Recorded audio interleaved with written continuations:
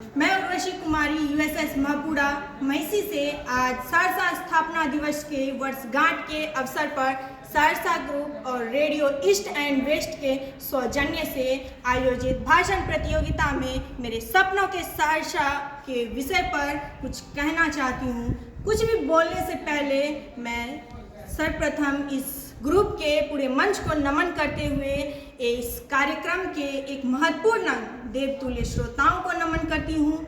आज सहरसा स्थापना दिवस के अवसर पर आयोजित भाषण प्रतियोगिता में बोलने का मुझे मौका दिया गया, इसके लिए मैं आयोजन समिति की आभारी रहूँगी।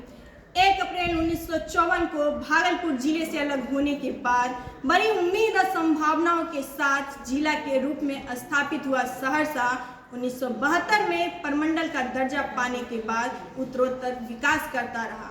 वैसे तो जिला स्थापना के बाद शैक्षिक, आर्थिक, स्वास्थ्य सेवाओं के विस्तार, आवागमन की दृष्टि से जिले का काफी विकास हुआ।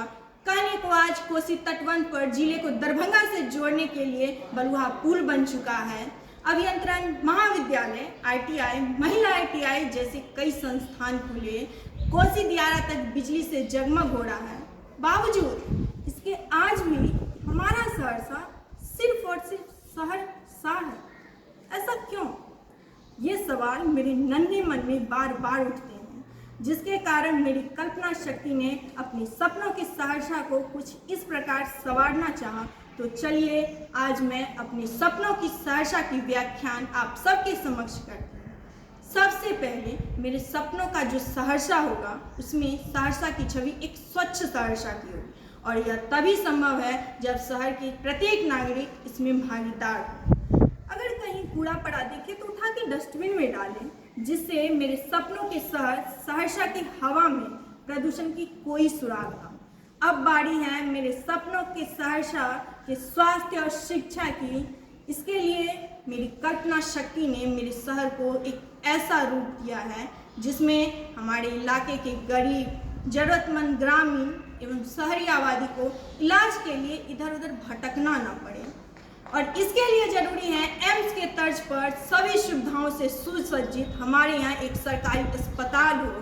शिक्षा की एक ऐसी लहर चले जिसमें सभी बच्चे ससमय स्कूल की ओर चले और हमारे युवाओं अपने भविष्य को संवारने के साथ अपने सहरसा के सर्वांगीण विकास के सपने भी सजोए। अपने सपनों के सहरसा को जिस रूप में मैंने देखा है, उसमें मैंने देखा कि अब लोग रोजी रोटी के लिए पलायन नहीं कर रहे। इसके लिए जरूरी है बाढ़ग्रस्त इलाके को देखते हुए लोगों को मखाना उत्पादन, मत्स्य पालन के द्वारा स्वरोजगार संभावनाओं में सरकार की मदद से चीनी उद्योग, मक्का प्रसंस्करण उद्योग आदि पर ठोस पहल हो।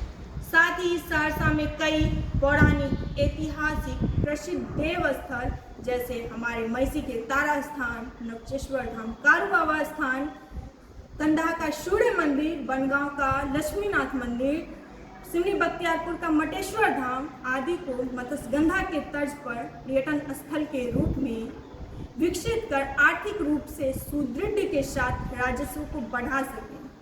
आज मैं देखती हूँ, जब मैं बाहर निकलती हूँ तो चारों तरफ जाम ही जाम है। ऐसे में विकास की कल्पना एक मनगढ़ंत कहानी होगी। तो मेरे सपनों के सहरसा में आवागमन की सुविधा हो ताकि हमें जाम से छुटकारा मिले। तात्कालिक सहरसा में जल जमाव एक बहुत बड़ी समस्या है। आज हल्की सी बारिश के साथ नाली, चौक, चौराहे सभी पानी से लबालब रहते। तो मैंने मेरे सपनों के सहरसा को इस प्रकार सजाना चाहा कि सरकार ने जल जमाव की समस्या को दूर करने के लिए जो एक अच्छी पहल की है, वो जमीनी रूप से साकार होकर जल जमाव से मुक्त हो। मैं अपने सहरसा के युवाओं को ये संदेश देना चाहूँगी कि वो नशा मुक्ति अभियान, यातायात नियमों के पालन, बालिका सुरक्षा के प्रति जागरूक, सोशल मीडिया का सदुपयोग करते हुए एक जिम्मेदार नागरिक के रूप में सहरसा के समुचित विकास में अपनी भागीदारी को एक विकसित सहरसा के निर्माण में अपने प्रयास को प्रशस्त करें। कहने को तो बहुत कुछ है, लेकिन समय की पाबंदी को देखते हुए मैं चंद शब्दों से अपनी वाणी को विराम देना चाहूँगी कि पत्थर की बंदिश से भी क्या बहती नदियाँ रुकती है, हालातों की धमकी से क्या अपनी नजरें झुकती है, किस्मत से हर पन्ने पर किस्मत लिखवाना पड़ता है, मसाल सा जज्बा ना हो जिसमें वो दीप जलाना पड़ता है, वो दीप जलाना पड़ता है। जय हिंद, जय भारत, जय बिहार, जय सहरसा। धन्यवाद।